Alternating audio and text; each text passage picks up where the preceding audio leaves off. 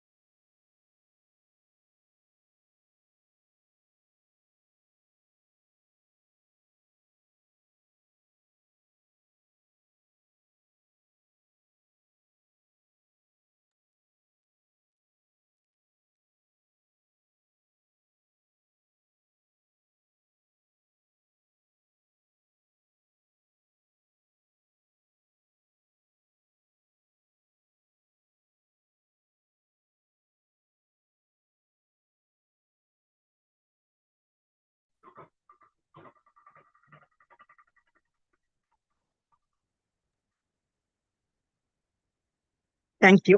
I would like to add that the center has eminent experts in its governing council to guide the affairs of the center, and the governing council's functions with the guidance provided by the governing council of the chamber. The services provided by the MAMC benefits a wide range of parties for resolving commercial disputes. It includes large corporates, small and medium businesses, public organizations, traders, among others. The Chamber's Arbitration Center has also eminent experts in its panel of arbitrators. It includes judges, senior advocates, chartered accountants, and professionals representing various sectors. If you're interested in availing our services, please feel free to contact us. MAMC is organizing this arbitration series with experts addressing on different aspects of national and international arbitration for the benefit of the members. Today, we have 2 eminent persons, Ms. Chitra Narayan and Ms. Preeti Morgan, for an interactive session on the latest and interesting subject, Mediation Act 2023. Most of you in the legal sector must be knowing them. Anyway, I'll do a brief intro. I think there's some disturbance. Sorry. Before I hand over the virtual floor to the speakers. Ms. Chitra Narayan. Ms. Chitra Narayan is a lawyer, mediator, and independent arbitrator with 25 plus years experience. As a lawyer, Ms. Chitra has worked in corporate commercial law, both in transaction advisory and dispute resolution, which she brings to support her work in arbitration, mediation, and conciliation. She's been a partner with leading law firms prior to setting up independent practice. She's an accredited mediator with the Tamil Nadu Mediation and Conciliation Center, annexed to the Madras High Court since its inception in 2005, and a founding trustee of Foundation for Comprehensive Dispute Resolution, FCDR, Chennai.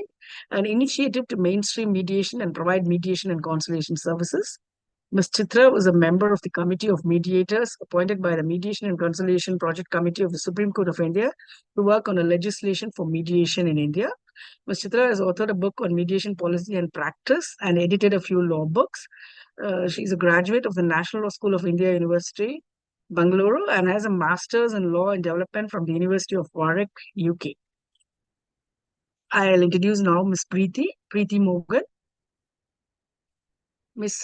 Can you change the screen, please? Ms. Preeti Morgan graduated in law from the ILS Law College, Pune, and has been in practice since 2007. She's consistently been focused on commercial and corporate litigation and advisory services related to dispute resolution.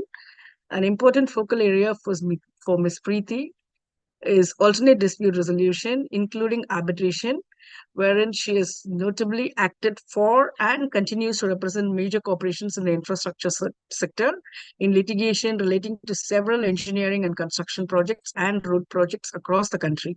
She has appeared in arbitral proceedings before international bodies such as the ICC London and the SAAC Singapore. Apart from her experience and skill as a legal professional, Ms. Preeti has a deep and abiding interest in the arts and culture. This has led her to be published in several leading publications such as the Hindu and Deccan Chronicle. She is one of the founding partners of J&M Legal Chennai. Once again, I welcome the speakers and participants for the session today, and I hand over the floor to Mr. Chitranayan and Preeti Morgan. We'll have around 45 minutes of Q&A by both of you, and then we'll open the floor for the others to ask questions for 10 to 15 minutes. Thank you.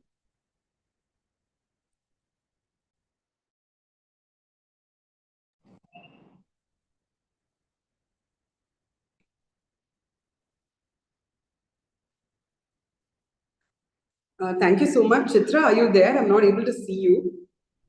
Yeah, I'm here. So can we begin? Yeah, you can begin. Thank you so much, Madhu.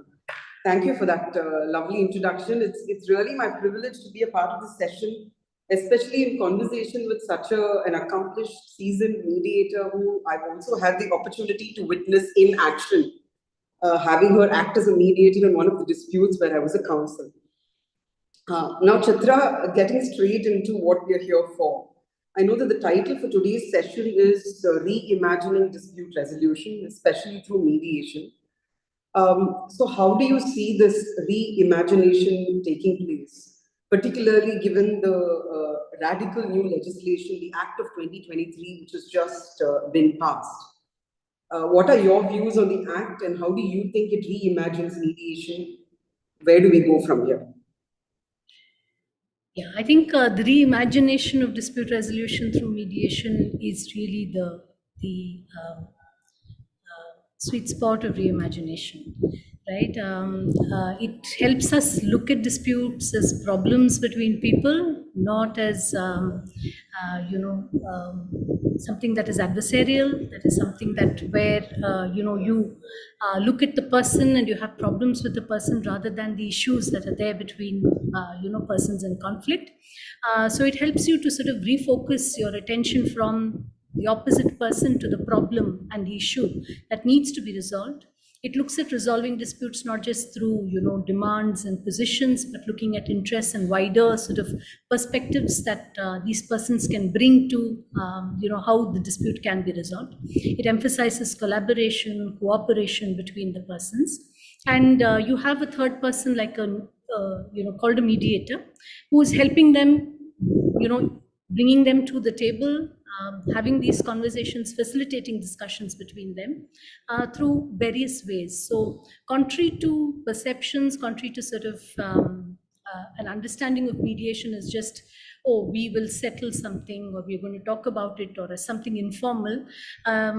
Mediation, in fact, is a very structured process, which helps the parties to vent, to look at the history of the dispute and the problems that they have between themselves, and to move towards, this is what has happened and how do we now resolve it, right? And through hearing, through listening to each other, through listening to the other perspective, there are ways in which you can look at the problem and try and resolve it. So that's where the reimagination is. We've had many regulations governing mediation and conciliation in India.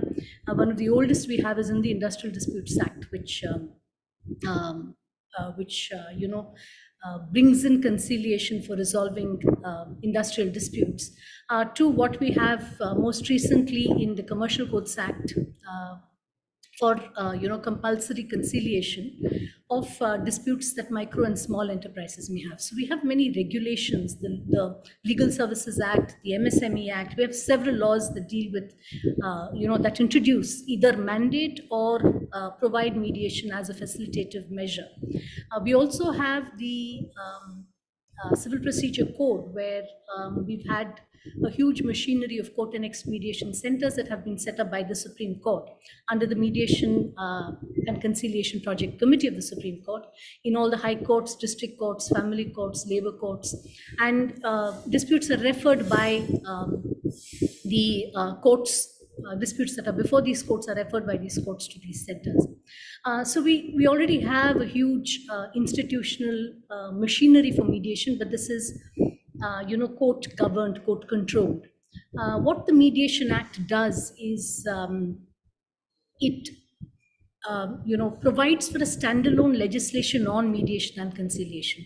There isn't much of a difference between mediation and conciliation. Both amount to the same thing. But this law brings in a law that is dedicated to mediation, rather than it being sort of hidden behind arbitration in the third part of the Arbitration and Conciliation Act, which is now going to go with this act. But this is now a standalone legislation on mediation. It has some significant aspects that will help in mediation. The first is that it focuses on institutional mediation. And as a part of this focus, there is provision for training of mediators, credentialing of mediators. There are provisions for setting up of mediation service providers who will provide mediation services and with whom mediators will be empaneled.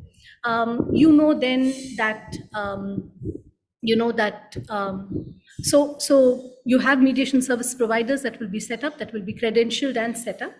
And people now who know that, okay, there is a law relating to mediation and one can opt for mediation, now know that they can access mediation through these service providers. There is visibility, there is credibility of the mediation process through these mediation service providers. The second thing that the law does is to set the standards for mediation, standards for mediators, as well as standards for the process, which protects the rights of parties in terms of confidentiality, in terms of voluntariness in participating in this process. And finally, when there is a settlement agreement that parties enter into after mediation, the law says that this settlement agreement will be enforced as if it were a decree of court. The third sort of important aspect of this law, and it's there right in the beginning, upfront in Section 2, this is that governments will utilize mediation in resolving their disputes. So when you have the government stepping in and saying, I believe in this process, I think this is the credible process for resolving disputes, I think it lends a lot of credibility to the process itself.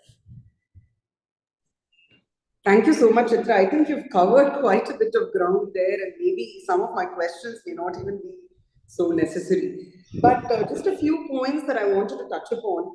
I like the way that you framed mediation as this process in which we discover issues that we're really looking to sort out, as opposed to positions that we're taking, sticking to, and then determining how they'll stand up in a court of law. But as a professional, as a counsel, it's very difficult for us to undo years of training in an adversarial system. And even if I wanted, in a given case, if I saw the merit of pushing my client to mediation, there is always this feeling that the client might think I'm being ineffective by not advocating him or her fighting the case in a court of law or before an arbitral tribunal. So what are some of the things that we as practicing professionals can do to bring about that very significant mindset change, and to also be able to effectively communicate to our clients the benefits of mediation? And to add to that, I mean, just to take that question a little further, how do I also make them understand the advantages of this legislation? So far, as you rightly pointed out, it's been an informal process, often parties that the two parties know and trust will act as a mediator to sort out differences. But here you do have a comprehensive legislative framework. So how do I tell them that, look, this is something that you can look at and this deserves an attempt?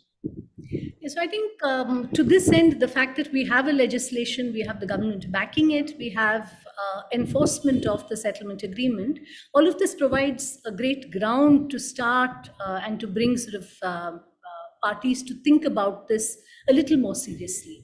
As lawyers, I think we need to build more awareness about mediation. Some of the things that we're doing presently is the Bar Council of India, for instance, has mandated mediation as a compulsory course in law programs. So our younger generation, our younger colleagues will come out of law school not looking at it adversarially, but looking at one of the ways of resolving disputes as something that can be done cooperatively. Right, and when you have the entire bar looking at this with a little more credibility, with them not looking at it as something that would impact their practice, because there is a practice to be had in mediation as a mediation advocate, and there is billing, there is earning that you should get from being a mediation advocate. This will sensitize the bar, and I think we're not far, from a day when suggesting mediation will not be regarded as, suggesting that you have a bad case, and that's why we want to try and settle. This is, of course, a little long term. But as mediators with the law, with the fact that there are safeguards, the fact that this is a voluntary process. This is a process that goes alongside litigating and arbitrating. This is a process that allows for you to file cases in your court in order to secure any interim orders or urgent orders that protect your present interests. That goes along with mediation. One need not sacrifice one for the other. So apply to the court to secure your interim interests that you need to get done, and then look at mediation. So there are sort of strategies and ways in which you can work and negotiate with mediation and with the mainstream dispute process, which is litigation and mediation. The courts are also referring parties to mediation, and this takes out the responsibility from the advocate to, it's not something that is originating in the advocate. It is the judge who's suggesting, look, why don't you try this? Because I think, this is something that can be resolved through a conversation, through discussions and mediation. So these are sort of many ways in which I think lawyers can utilize this. But if the bar as a whole regards this as a positive way of resolving disputes, we're going to see more and more people. We also need to speak about success stories. I wouldn't like to use the word success stories, because every mediation is a success, because there has been an attempt by parties to try and talk about their disputes. But if we talk about settlement stories, there are many stories to talk about, how parties who've been hostile, who've had a certain position about how their dispute should be resolved, who blamed the other side, have actually come together, talked, understood each other, and have resolved their dispute to their mutual benefit, right? Without any agency of the court, without someone telling you this is the right way to do it. This is a very empowering process, and once parties understand it, and I've seen this happen, in the mediation. Initially, you tell the parties that, look, you decide the dispute in the manner you think fit. You're the person who decides. It doesn't sink, but at some point it does sink in, and then they are very engaged with the process and find it useful. So these are little ways, I think, through which we can slowly move. Thank you. So I think party autonomy is very much at the center of it, like we had even in the case of arbitration. Now, that brings me to another question. Institutionalization. How important a feature do you think it is in the 2023 Act? And how do you see that playing out, given the experience with institutional arbitration? And having raised that, I also want to talk about maybe smaller claims, smaller disputes, where institutionalization may be seen as pushing you towards something more onerous and expensive. How do we deal with that perception? How do we deal with those classes of disputes and parties? Right. So insofar as, I'll take your second part first. Insofar as smaller parties, for instance, micro MSMEs are concerned, you have an institutional mechanism that is in place for mediation, which is the Facilitation Council, which can conciliate disputes itself or refer disputes to mediation service providers. Now, with institutionalization, you have more mediation service providers who, given that these are small claims, given that there is, time is important in the resolution of these, these claims, and the fact that these claims relate to a small amount, that affordability is an issue. The framework of the MSME and the Facilitation Council and the rules that they make for fees, which keeps in mind, the ability or inability of parties to pay high fees, will, in tandem with the mediation service providers, be able to provide affordable services to mediation, right? Because this is an ecosystem that is in place already. You have more trained mediators, you have more resources available for the Facilitation Council to be able to outsource this to trained professionals. Importance of institutional mediation in the law. We've seen what has happened with arbitration, where a lot of arbitration that takes place is ad hoc arbitration, and that's how things have gone. Insofar as mediation is concerned, the institutionalization provides a lot of benefits in that. Like I said earlier, you have persons who are unfamiliar with mediation, who may have heard the word, who don't think about it very seriously, now have service providers or institutions, as envisaged in the 2023 Act, available in various cities, several mediation service providers probably in big cities, with trained mediators who have credentials, who could be subject matter experts who've trained in mediation, all available to them, right? And their ability, they know now this is accessible. There are these mediation service providers. These are visible institutions, that they can track. And there is credibility, because now they're able to look at, who these mediation service providers are, find that under the law, these have credentialed panels of mediators, and be able to select someone who they think will help them resolve the dispute more effectively. You have two types of mediation, and they're not necessarily in silos. Mediators tend to sort of weave in from one and the other. The first is called facilitative mediation, and the second is called evaluative mediation. But the mediator is a subject matter or a dispute vertical expert, and is able to, at the request of the parties, weigh in on how things could work out if it went to court through an adversarial system, which then helps them evaluate, do a reality test, or do what we call best alternative to a negotiated settlement. If they weren't to settle here, what is likely to happen in court? So you have these professionals, and I'm hoping that it's been lawyers who have been mediators predominantly so far, because it has been a court annex mediation system that has been, that has sort of held mediation in the mainstay in the country. With independent mediation service providers, I'm hoping we will have company secretaries, chartered accountants, management professionals, insolvency resolution professionals, all of these persons with a special experience and expertise, getting trained as mediators and being able to offer very effective mediation services with this professional strength that they bring to the mediation. And all of this, then you're looking at a very robust and vibrant institutional system that is available to parties to resolve their disputes. So if I understand it, mediation, a mediator under the Act can be a chartered accountant, could be a professional who belongs to any industry, who's familiar with the industry. I mean, these are all interesting possibilities, because as you rightly pointed out, I think lawyers, we do tend to develop a certain straitjacketed way of thinking. And other than just assessing how the case is likely to play out in court, there are other perspectives that don't seem to come very easily unless we've been exposed to a lot of mediation. So I think the involvement of other professionals is a very interesting possibility. One other thing that I wanted to ask you was, of course, the major shift that the Act makes is to recognize mediation settlement agreements. It makes them enforceable as if they were a decree of court with very limited grounds for challenge and also a very well-defined period. So, how do you think this is going to impact the way people perceive the seriousness of the mediation process? Tremendously, I think.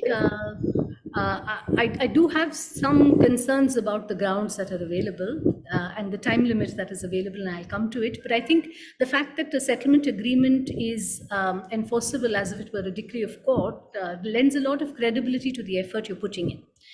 This is a voluntary process, so you attempt mediation because you want to do so. And at the end of it, if you were to enter into a settlement, which again, it is your prerogative to do so, you might or might not resolve your dispute. But if you were to resolve your dispute and enter into a settlement, this can be enforced as if it were a decree of court, which means that unlike the earlier scenarios of the settlement agreement being only an agreement or being an arbitration award on agreed terms under the Arbitration and Conciliation Act, from the get-go, the minute you've signed the settlement agreement, you're able to enforce it as if it were a decree of court. I do want to add that it's very unlikely that a settlement agreement will be challenged because it is the parties who've crafted this agreement themselves, this settlement themselves. And this is something that they wanted to settle. These were the terms that they thought served their interests. And it's very unlikely that this settlement agreement is not implemented or that persons will challenge this. But that said, if a party were not to implement their part of the bargain, you can immediately take it for enforcement as if it were a decree of court. I do believe that given that there is so much finality to the settlement agreement that it is a decree of court, and then this then sort of reduces the ability of an executing court to go behind it or to tamper with it, or not tamper with it, but to sort of amend it or to make any changes to it. I think we should have some more grounds on which we can challenge the settlement agreement, which takes into account, remember that this act deals with civil and commercial disputes. And so we ought to take into account the vast sort of range of cases that would fall within this, and then be have grounds that would take into account concerns or interests that we have, for instance, the interests of a child, in setting out these grounds for challenge. The next thing that you sort of mentioned was the time limit. It's 180 days. And I think that's very, very short, because one of the grounds that we have for challenge is fraud. So assuming that there has been fraud played on you when you participated in the mediation, and the settlement agreement arises out of a fraud played on you, I think you should be able to question it, and the time should be reckoned from the time that there has been a fraud. So these are some of the limitations, but I understand the government is still looking at this legislation, and I hope there will be changes. There is a provision in the act that provides for orders to be passed in order to, correct this act. And I hope there will be these changes that we need to take into account. So it's great to hear you sounding positive about the fact that parties may not really rush to court to challenge these, because they've had such an integral role to play in shaping this whole mediation process. I mean, I think to some extent that was also the intent when they brought in the Arbitration Act, because they give you the freedom to enter into an arbitration agreement, constitute a tribunal in which you had a role to play. But the experience has been a bit different. But I do see that a mediation, the role that the parties play is probably far greater, far deeper. Now, in the context of recognition of agreements, which you say is a very important feature of this act, commentators, analysts have been very quick to point out that the act somehow doesn't seem to recognize agreements entered into outside India. Could you throw a little bit of light on that? Does this have to do with India not ratifying the Singapore Convention? What is its position, and what are those ramifications? Yeah, so I'll deal with it in two parts. I'll first talk about the Singapore Convention and what the advantages of that are, and what this act does insofar as the Singapore Convention is concerned. The Mediation Act does deal with international commercial mediations, and I'll come to how it deals with it in a minute. The Singapore Convention is like the New York Convention. What it does is it considers international commercial mediated settlement agreements. So cross-border mediated settlement agreements which are entered into by businesses with each other. So you can't have consumer or employment or family or succession matters that come into this convention. So when there is an international commercial mediated settlement agreement, the convention provides about 5-6 grounds on which one can question the mediated settlement agreement. And if any person wants to enforce a mediated settlement agreement, an international commercial mediated settlement agreement, this person can take it to the court of any of the parties, or at the place where where obligations need to be implemented. So I take it to the court in that country, and the court in that country will enforce the settlement agreement, put the weight of the state and the courts behind implementing and enforcing it, after evaluating the settlement agreement on 4 or 5 grounds that are set out in the convention. The grounds could be on capacity of parties, on the question of does law allow mediation in this kind of a dispute, on questions of mediator misconduct that might impact how a party, that impacts a party so much that the party actually settles because of this misconduct. It covers grounds such as voidable agreements. And if the settlement agreement has been evaluated on all of these grounds and it passes these grounds, incidentally, there is also the ground of public policy which is there.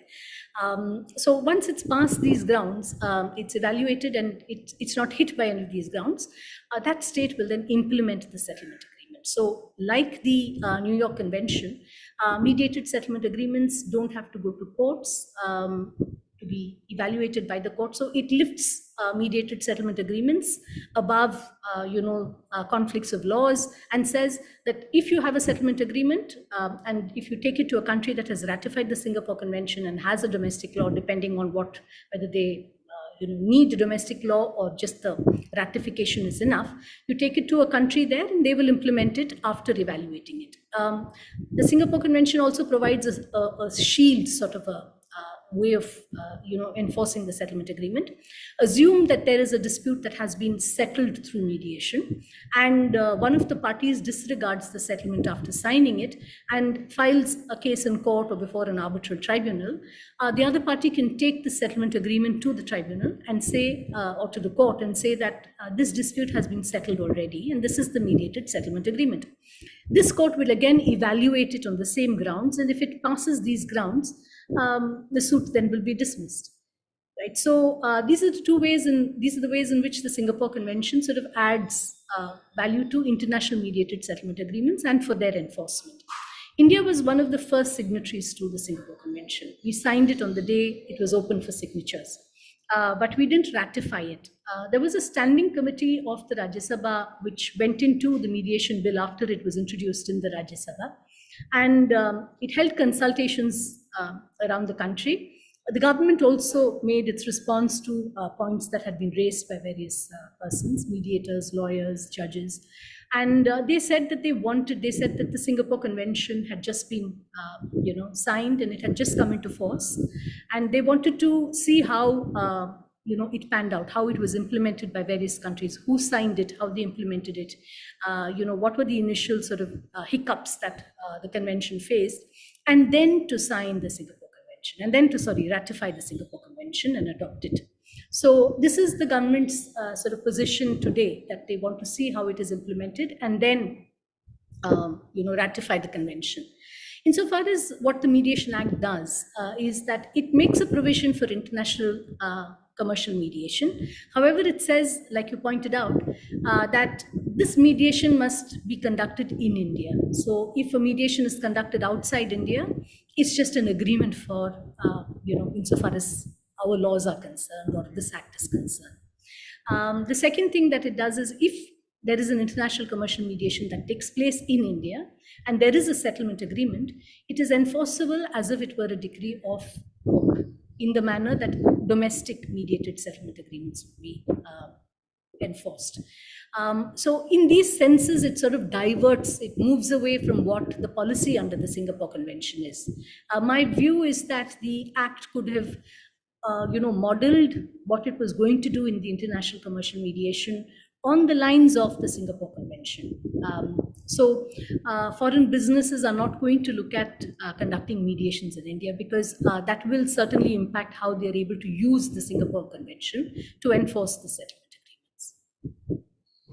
So in the event of a ratification, we really will have a second set of amendments to this Act to bring it in line with the convention. Yes, it will be needed, I think. And you see that as a strong possibility. Yes. I mean, it's interesting that you did mention that the grounds of challenge are broader under the Singapore Convention. Yes, they are broader, they are exhaustive. So the grounds relate to capacity, the grounds relate whether the agreement is null or void. The grounds relate to whether the settlement related to something that the law did not permit to be undertaken through mediation, mediate a misconduct, whether the settlement agreement is against the public policy of that state. These are the grounds that are available to challenge the enforcement of settlement agreement. Understood. Thank you, Chitra. And to move on from that aspect of international mediation to something which is closer to home and which probably impacts a lot of companies and other litigants. You did mention that briefly earlier that government is also encouraged to mediate under the provisions of this Act. In fact, I think Section 2 specifically refers to the Act being applicable where one of the parties to the dispute is the central government, or the state government, or any agencies, public bodies, and like. So this is a major push as we see it on paper. But our experience in litigation with the government so far has been that there is a sense of reluctance to go through a process of mediation or to sign off on something like a settlement.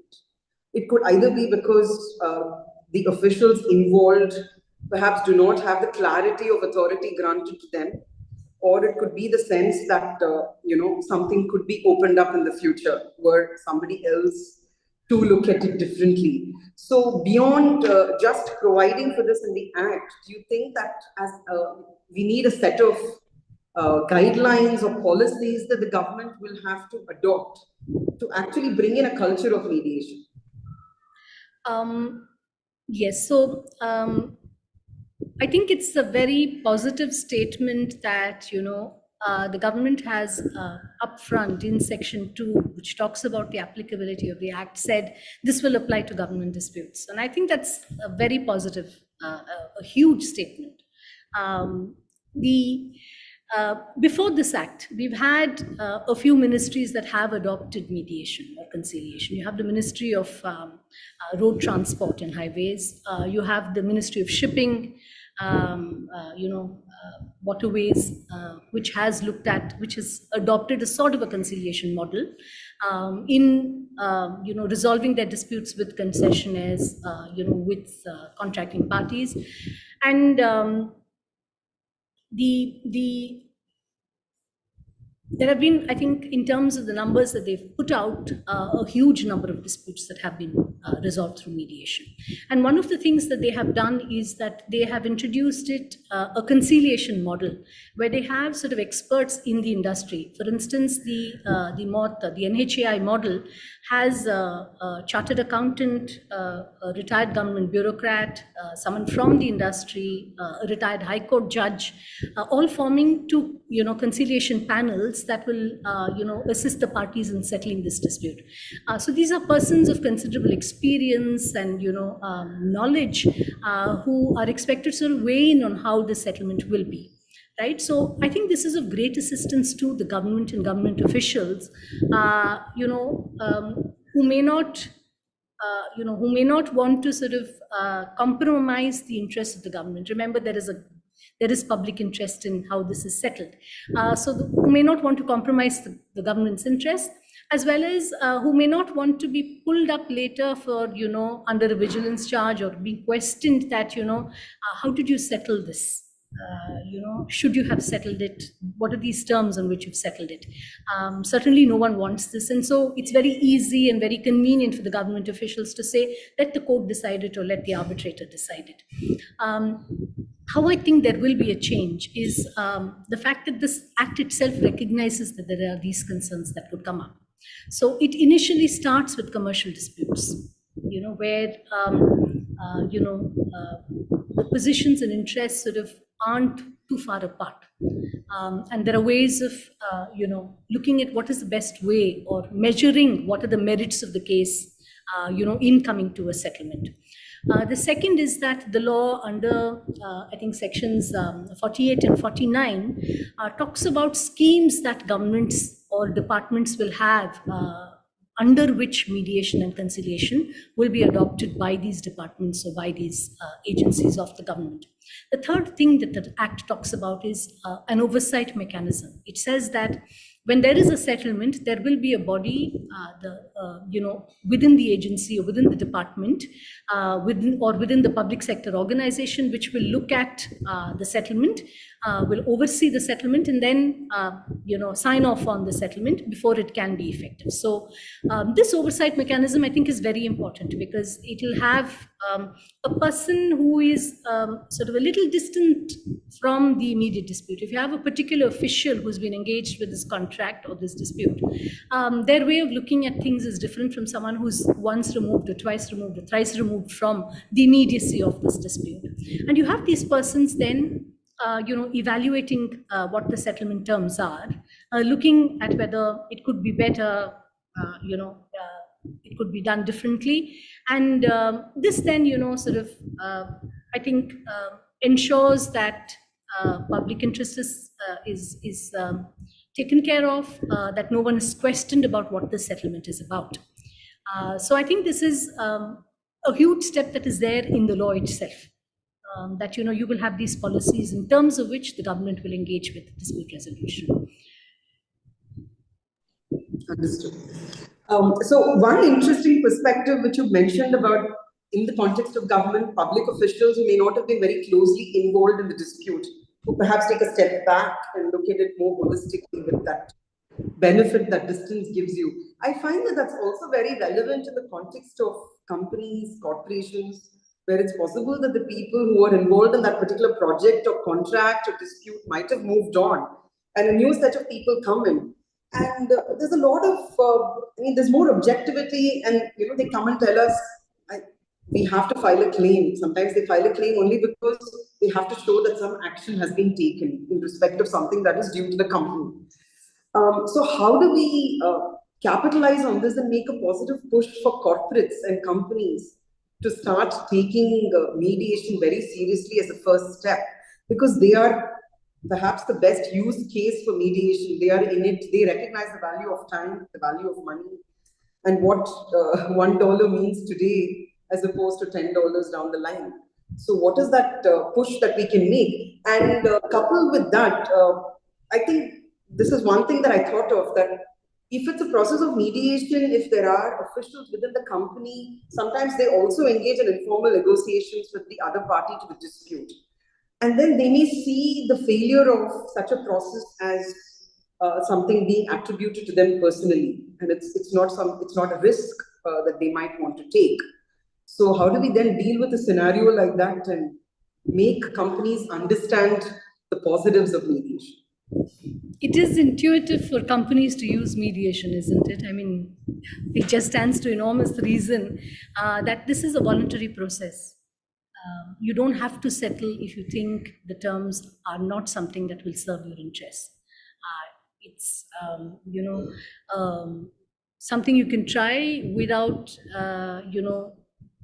and try it to its fullest extent, but still not settle because you think the terms are not okay. But you could settle. And your time is better spent, like you said, running your business and not disputing. Often there are relationships that you have with your vendors, your customers, your employees, all of whom you can sort of mediate with, and you're better off mediating rather than disputing and getting into adversarial positions. I think in the dispute resolution mechanisms that companies often you find a tiered dispute resolution mechanism where you sort of escalate it to higher officials, then you escalate it possibly to the CEO. The two CEOs sort of discuss. The idea is that you are distancing, like you said, yourself away from the immediacy of the dispute, your ability to look at a larger range of interests in resolving this dispute, and that's important. I think, I'd conducted a limited survey of companies through the general councils of companies. About 70 responded. And this was a survey on how whether they used mediation and what they thought was the utility of mediation. This was a few years ago, and there's a great deal of misapprehension about what mediation entailed. People said it's not binding. People said if we settle, that's not binding. People said, if I use mediation, can I go to court? And there is great reliance by the companies on their chartered accountants, on their lawyers to advise them about the utility of this process. And I think with a law being there and saying that, look, this is voluntary, here are the safeguards for you if you were to engage in this process. And if you were to settle, look, this is the advantage you have. You can enforce it as if it were a decree of court. All of this sort of goes to show, and the fact that there is a legislation behind this goes to show that this is not some casual, informal conversation. This is a structured process. This is a process that is voluntary, which means that, it's your agency all along, whether you want to start the mediation, whether you want to settle in the mediation. All of this, I think, will encourage companies to look at this a little more seriously. I think we're seeing it already.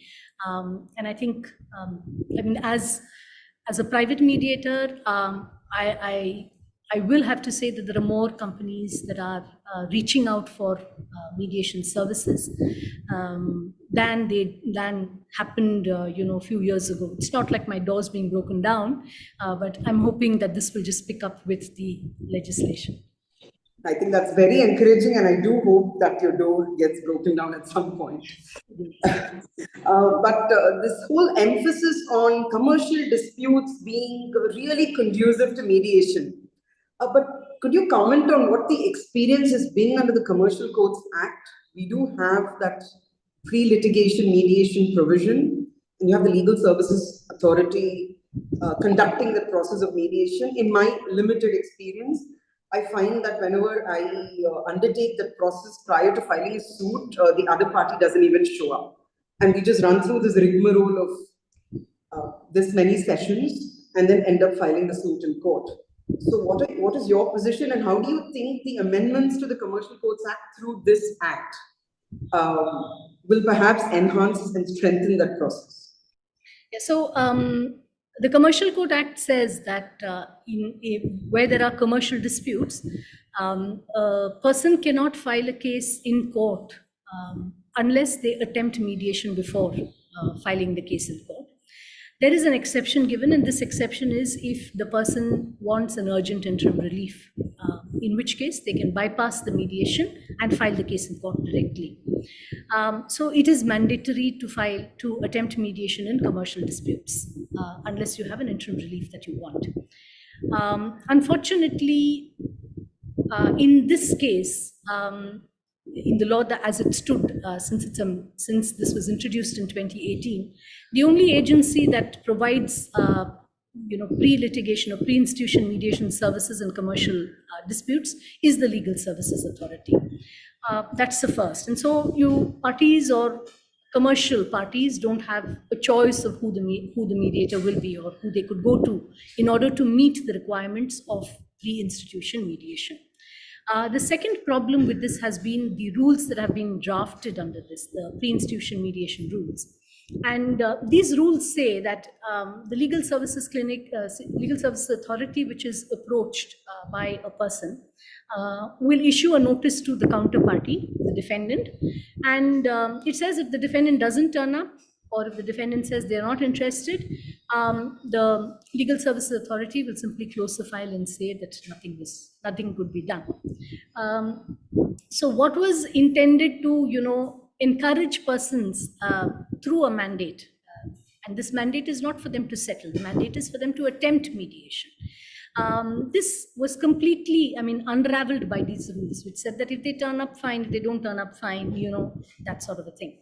The experience in pre-institution mediation has been varied in different places. Places like Delhi, in the Delhi High Court, the Legal Services Authority of that state has said that they've entered into standard operating procedures and an arrangement with the Samadhan, which is the Delhi High Court Mediation Center, which actually then conducts mediations in these disputes. The Bombay High Court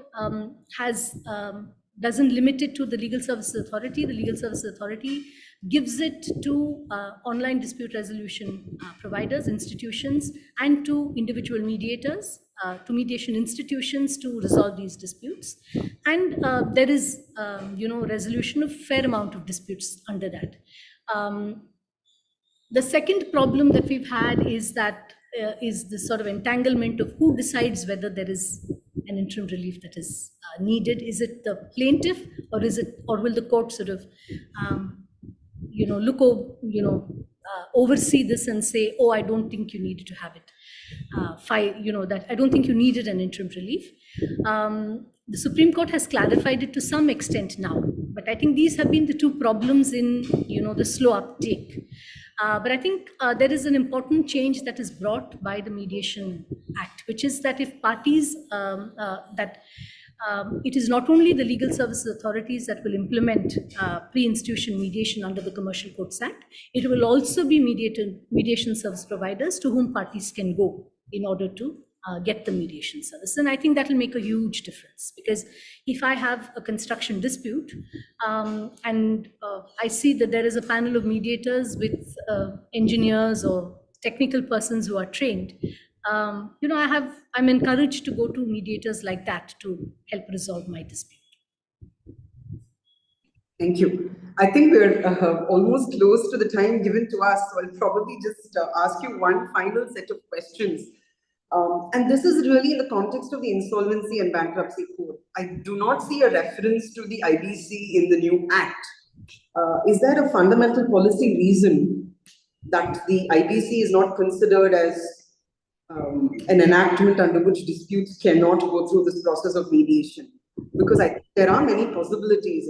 It's even at the stage when a creditor moves an application, but before the same is taken up for consideration and an order is passed, there are several cases which get settled right at the beginning. And I suppose there are also possibilities, even after the COC is constituted, to perhaps mediate some of those positions that are taken by members of the COC. And as also claims from multiple categories of stakeholders. So what is your perspective on this? I do agree with what you've said. I think the reason why the IBC is not mentioned in the Mediation Act is a very sound one. And this is that IBC proceedings are in their nature collective proceedings. These are proceedings in rem.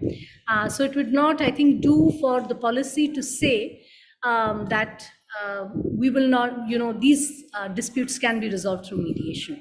But I think there are enough provisions or niches in the IBC which allow for mediation. Like you pointed out, the insolvency resolution process is initiated by a single default. It's not on proof of insolvency. And so if there is one creditor who has filed a petition for corporate insolvency resolution, this is something that can be settled. And 12 capital A of, is that the right section? Of the IBC makes a provision for, settlement. And there have been, like you said, many cases where this has been settled. In fact, I'm going to quote from the IBBI report for their annual report for 2021-22. Till March 31st, 2022, there were 5,258 CIRP cases admitted. Of these, 3,406 were closed. And let's see the manner in which they were closed. There was closure by appeal, review, or a settlement or others of 731 cases. There was withdrawal under Section 12 Capital A of 586 cases, and approval of resolution plans in 480 cases. So willy-nilly, whatever your policy or your absence of policy, people are looking at ways of settling. There are many mediations that happen in this country, whether you have a law or without the law. This happens, and especially because it is a single creditor default application that initiates this process. And like you said, there are other stages in which you can have mediation. You can have mediation until the resolution plan is approved with a 90% approval by the committee of creditors. You can also have, like you said, claims being settled through mediation, so that this is faster. There are instances of this being done across the world. America has utilized mediation in settlement of claims. The Lehman Brothers, instruments that they had issued in Hong Kong was settled by a huge, scheme for settlement of these claims through mediation. It was an optional process. They provided mediators. The parties who had subscribed to these instruments didn't have to pay the cost of the mediation. They could settle. If they didn't settle, then it would go to the formal claims process.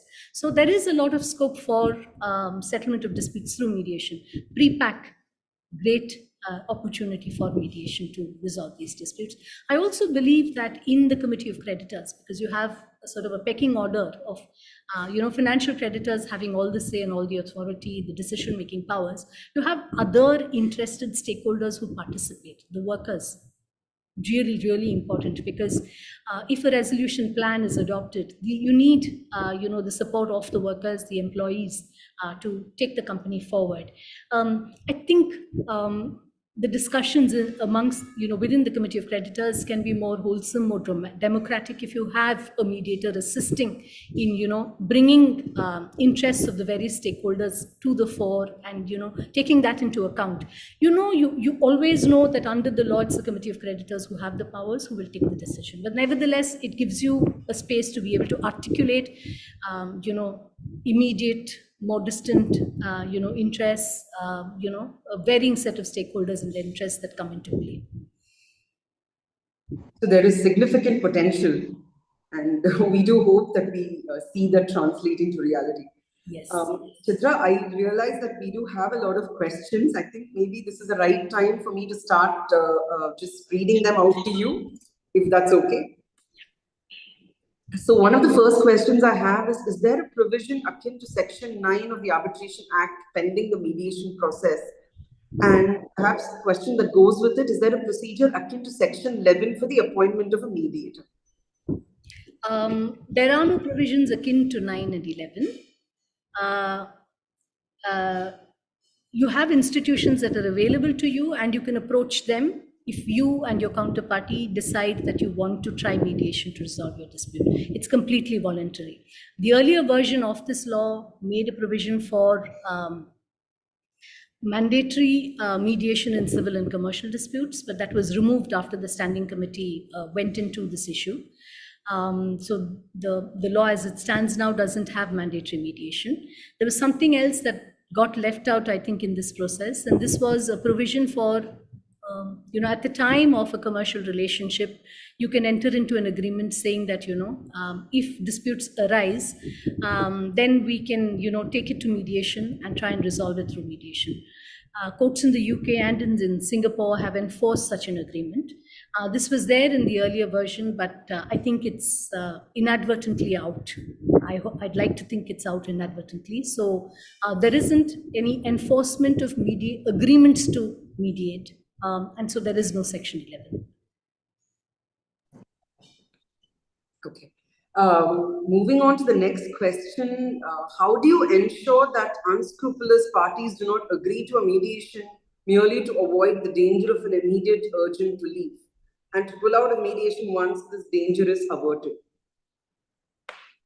There is no way to sort of um, foreclose this happening.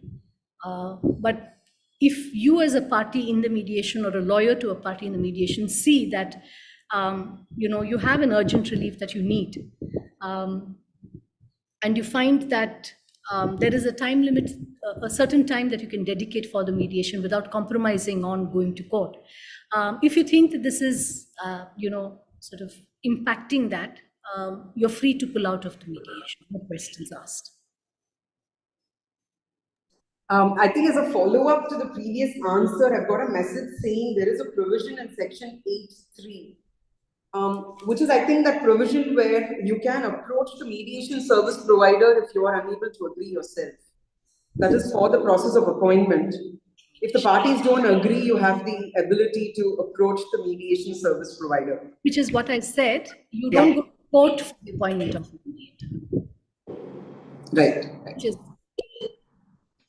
there's also one other interesting area which I wanted to touch upon, which I stopped short of because of the time, is community mediation. And that also showed up in one of the questions and reminded me that we didn't speak about that.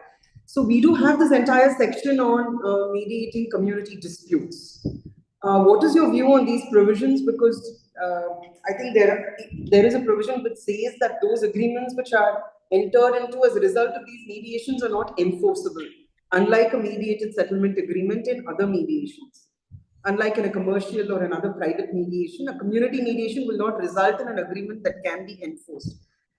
What is the reason behind this? Is this because it is not understood as a process of agreeing on rights and inter se parties? Is it just a resolution of issues? Is that the reason why you have such a provision? How do you see that provision? yeah, so there are a few sections on community mediation, and these talk about mediation of disputes between neighbors, mediation of disputes between communities, people living in in a certain locality or an area, and it could be communal issues as well. It could be disputes relating to common resources that are used by different communities. Any of this, and what the provision says is that any one party, it says that the district magistrate or the legal services authority will set up a panel of mediators. Who will constitute this panel? It will be persons of good standing in society. It will be persons who have a record of doing something for society. I wonder who these people will be, but the government chooses who these persons will be, and if any one party to this dispute wants this panel to mediate the dispute, then all parties willy-nilly have to go to this panel for resolution of the dispute through mediation, right? They're free not to settle. That's there. But like you said, Preeti, it says that a settlement agreement arrived at in community mediation will not be enforceable as if it were a decree of court.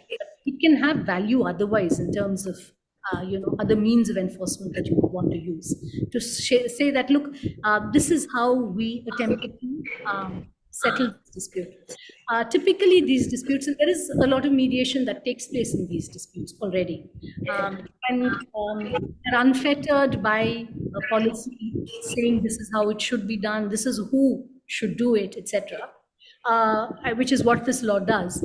But you see that typically these are disputes that are representative, that involve the interests of a huge group of people. That could be, it could be, the settlement could be temporal. I think the same issue could be re-agitated depending on how things change in the situation. And so to give it this finality, this rigidity of enforcement as if it were a decree, I think would not serve the purpose. And I think it's well thought out that it doesn't have that status. Understood. But I do notice that there is a bit of that problem with the way they define how such a dispute can be settled, because it says in terms of section 43(1), it says a dispute likely to affect peace, harmony, and tranquility amongst the residents or families of any area or locality maybe settled through community mediation with prior mutual consent of the parties to the dispute. In a scenario like this, how do you even identify who the parties to the dispute are? I mean, any of these issues could affect a much broader range of people. What has been done in community disputes that are mediated, or public disputes that are mediated, is that the mediator actually pays a lot of attention in terms of how the mediation is structured. To give you an example, the Vienna airport in the 90s wanted to build a third runway. And when they planned this and they proposed this, the neighboring villages were already unhappy with the Vienna airport being in their midst because of noise, air pollution, and it affecting their agriculture, their crops, soils, soil being affected. And so the Vienna airport decided that they won't, apply to the government. And there is an environmental ombudsperson under the law who weighs in when such applications are made to the government, and who takes their role as a person, a trustee for the environment, very seriously. So Vienna Airport knew that the neighborhood had a problem with them being there. So they appointed someone, a very experienced mediator, who appointed two co-mediators who designed the mediation process very, very carefully. Right. So what they did was they identified and called as many stakeholder groups as could participate in the mediation to do so. This included the neighboring villages, the municipal committees in these villages, and villages that immediately sort of neighbor the airport, as well as villages that are further away, which weren't as badly impacted by the airport, but were impacted. So relative, interests. They brought in environmental groups, they brought in sociological groups, they brought in the hotel industry, the travel and transport industry, all of whom were interested one way or the other about whether there would be a new runway or not. And they had meetings. The discussions in these meetings, they broke them up into smaller groups that would take care of certain interests, for instance, environmental impact, sound. They also brought in scientists and technicians who would weigh in with, who would go back and come back to this discussions with research, with backing. There were a lot of environmental groups that did not join because they thought that this is something that ought not to be settled. Right? And this is something that should be decided in terms of the law. The ombudsperson did not participate. The government, of course, did not participate. But all of these groups, so everything that was discussed was put out not just to the participants in the mediation, but to the persons anyone who was interested, any bystander. They had real-time sort of updates on what was being discussed, what was being resolved. And it took about 3 years for them to enter into an interim settlement. And in this settlement, the Vienna airport set up a fund. Nothing on the third runway till now. No conclusion on it. This interim settlement obliged the Vienna airport to set up a fund to take care of how the airport had affected the neighboring villages, helping them sort of make improvements to their homes that will deal with the noise pollution, soil, agriculture, all of this. So this fund would take care of these measures that were needed to ameliorate these effects. And 5 years later, they entered into a final agreement where they agreed that a new runway would be set up.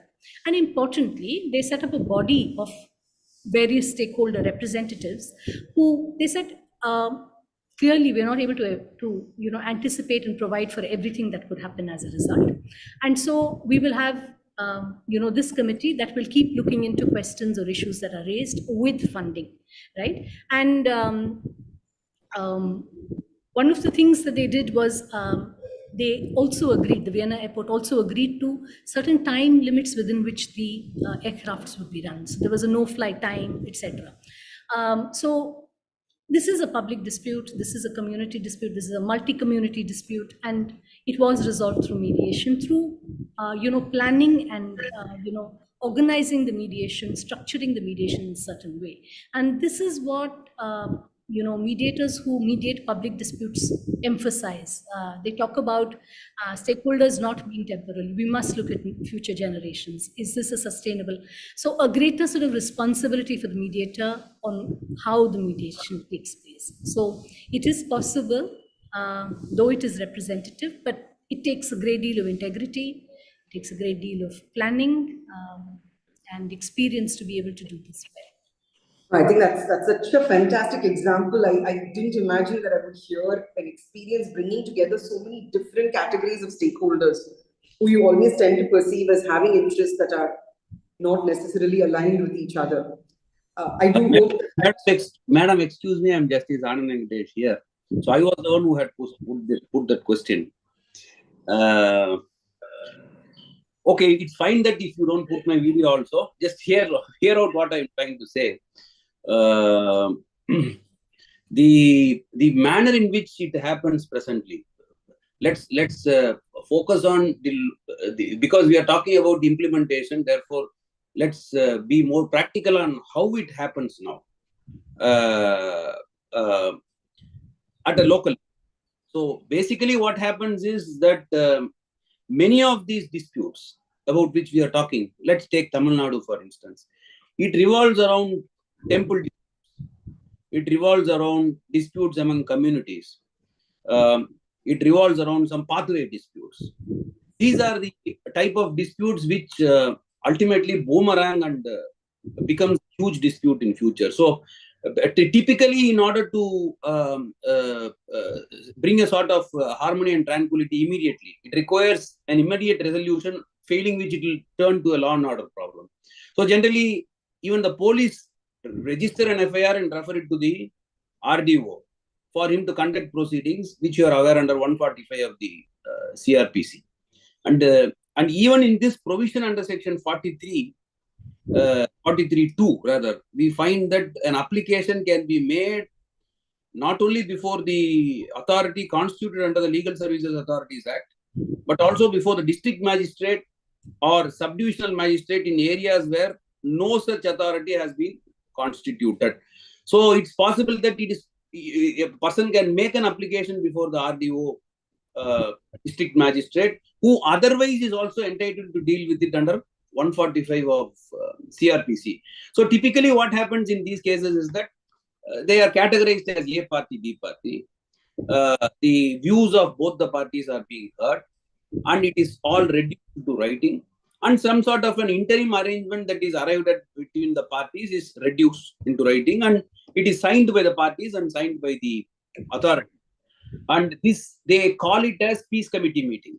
This is how it is locally called as. It's a peace committee meeting, and these are more in the nature of an interim arrangement between the parties to ensure that it does not snowball into a huge law and order problem in future. So it's a mechanism that is available even presently.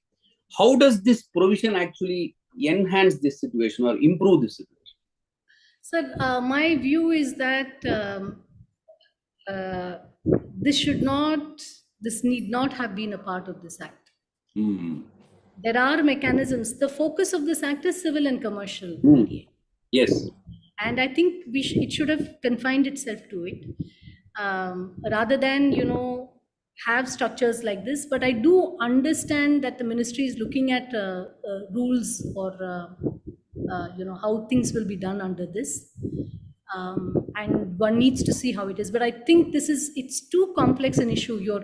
What you say is absolutely right. It's very complex, and two sections I think don't really sort of address the complexities that are involved. Fortunately, it has not been made enforceable under subsection 4, or else it would have become a huge problem. Yes. Because one set of 3 or 4 people would have completely finished off one entire community itself. So, and in fact, I was the one who had put the question on section 9 and 11. Again, the reason why I put that question is that it is possible that you enter into an agreement, 2 parties enter into an agreement and make, like in an MSME Act, make mediation as a precondition even before you get into the arbitration. under such circumstances, meaning we are looking at the attitude of litigants. That is why that apprehension is always there in our mind. There was yet another question that was put by Murari about that. The attitude of trying to grab something, taking advantage of a mediation process, or so will it not be more appropriate to have something like Section 9 basically? So what happened was, I think there has been some issues, or there have been some issues that have come up in 4 and 5, because initially they had mandated pre-institution mediation. And use the expression exceptional circumstances. We are having enough difficulty with the expression interim relief in Section 12A as it is. They used another phrase, exceptional, unless there are exceptional circumstances, you must attempt pre-institution mediation. But after the standing committee sort of got responses saying that, this is not time to introduce mandatory mediation or across the board mandatory mediation, that has been removed. But in its removal, I think there is some confusion that has been caused in the way it's been. I think it's not been a very careful effort at sort of removing it and reworking Section 4 and 5. And so, even if you have, though Section 4 talks about an agreement to mediate, like you say, before you go for arbitration, it's not enforceable, because it says at the time that the dispute arises, parties by mutual consent can go for mediation. Therefore, at the time the dispute arises, though you may have an agreement to mediate, it's not enforceable under this law, because again, the law says that both parties must agree to go for mediation at that stage. Is it not an agreement when parties decide that before they get into the arbitration process, they will attempt a mediation? Does it not bind the parties? I think it would, and I think we'll have to look at the Contract Act to see if that can be enforced, or a Specific Relief Act to see if that can be enforced. Isn't there a series of judgments on that which says that where the parties agree like that, they have to necessarily go for a mediation and then only thereafter go for an arbitration? So there aren't, I think there are judgments saying yes, judgments saying no. The Supreme Court has said no. What is the point in mediation? It's gone so far as to say something like that. But there are judgments of the United Kingdom, there are judgments of the Singapore court. Singapore court said that an agreement to mediate is specifically enforceable. Because you contracted, you agreed to do it, and so we will enforce it. This is more so because there is an arbitration contemplated under the agreement. And it only says that before you even get into that process, you will first attempt a mediation. And if that fails, typically like an MSME agreement. So if that attempt fails, you go for an arbitration. In the interregnum, what happens if an urgent interim order is required? Because ultimately, at the end of the day, sometimes the mediation itself will become a success only with an interim order. There are cases like that. That's why I'm trying to understand. So if there's a safeguard for an interim relief that you need, you're then better positioned. You also have a sense of what the reality is likely to be in court when you have a particular interim order or don't get an interim order. And I think, yes, you're right. That informs parties on how they approach the mediation. They look at it more realistically. That's right. But because it says voluntarily with mutual consent, there is no compulsion. I think the understanding is that if you have some interim relief that you need, you then apply for it. Let that go through determination by the court, and then you opt for mediation, because there is also provision for the court to refer parties to mediation, which they can do after they've heard the interim application. Okay, so this mediation period which the mediation takes, is it saved under Section 14 of the Limitation Act? It is. It is saved. It is saved. There is an amendment. The schedules provide for an amendment to the Limitation Act as well, which saves the duration, the time you take in the mediation. Even to institute a suit and all that? Yes, sir. So the time is saved under Section 14, is it? Yes, it is saved. Oh, I see. Okay. Okay. Thank you. Thank you so much. Thank you. I think I'll just pose one more question to you before closing, or perhaps two. Somebody has asked, from your experience, which model works best, facilitative or evaluative? On that note, globally, there is a debate on which model is best. That's number one. And then number two, somebody else has asked, what is your view on the Mediation Council of India? Are they vested with excessive powers? On facilitative and evaluative mediation, I think as mediators, we flow in and out of each. I don't like to see them in silos. But I think we should be very careful when we are doing evaluative mediation, particularly in quote annexed mediation or in situations where parties look to you as someone who can help resolve the dispute or having the authority to sort of tell you how you should resolve the dispute. So it must be very carefully used in a country like India. But I think we all use facilitative and evaluation, each have their place. I don't think one is better than the other. Even within one mediation, you can move through, meander through facilitative, move to evaluative at various stages, and I think that's possible. So that's the first one. The second one on the Mediation Council of India, I have strong views on this. I think the council should have been a body of the professionals and not a body constituted by the government. This is a body of 7 members, 4 of whom have nothing to do with mediation. These are, government officials who will form part of the Mediation Council. And I think that's unfortunate for mediation because it has its own sort of idiosyncrasies, it has its own needs. And it would have helped if persons who were involved and engaged with mediation actually were part of the Mediation Council. Even the 3 persons who have some experience in this, it says that these are persons who have experience in ADR, not mediation specifically. So I think there is a lot of government control that is there in this legislation, in the constitution of the Mediation Council, in the ability of the government to give instructions to the Mediation Council on matters of policy, on information that the government can seek about settlement agreements, about the provisions, though voluntary, for mediation settlements to be registered. It says it's voluntary, it says it's optional, but it also says that a mediated settlement agreement must be in writing, must be handed over to the mediation service provider.